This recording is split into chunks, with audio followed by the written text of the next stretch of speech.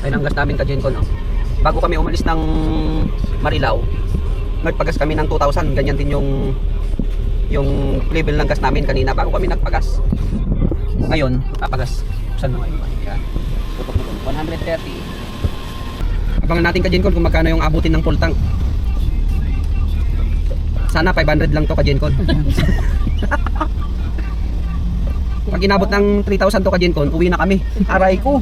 Nagpas pa. 3K na. Hala. Huwag na. Hala ka Gencon. Wala pa sa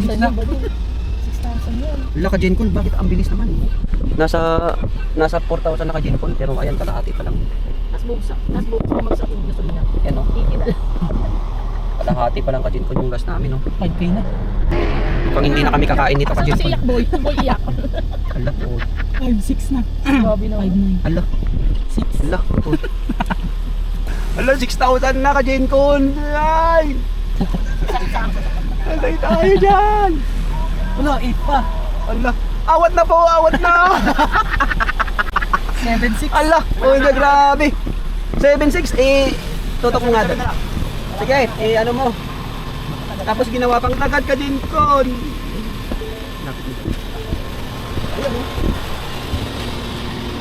7-7. Sahod ko na ng 2 kwanto ka din ko. Bilangin mo, boy. Ayan oh.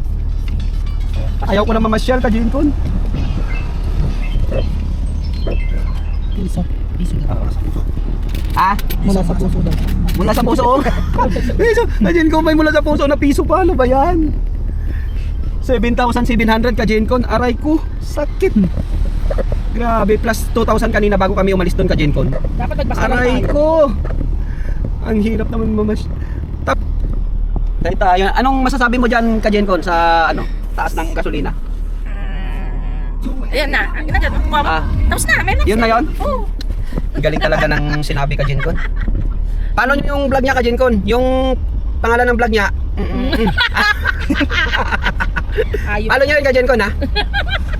Promote natin yan. Gago. Baka kasi iba yung mapuntahan yung site ka Gencon eh. Basta yung followers niya doon 2.5 million. Gago ka. Tapos yun na yun.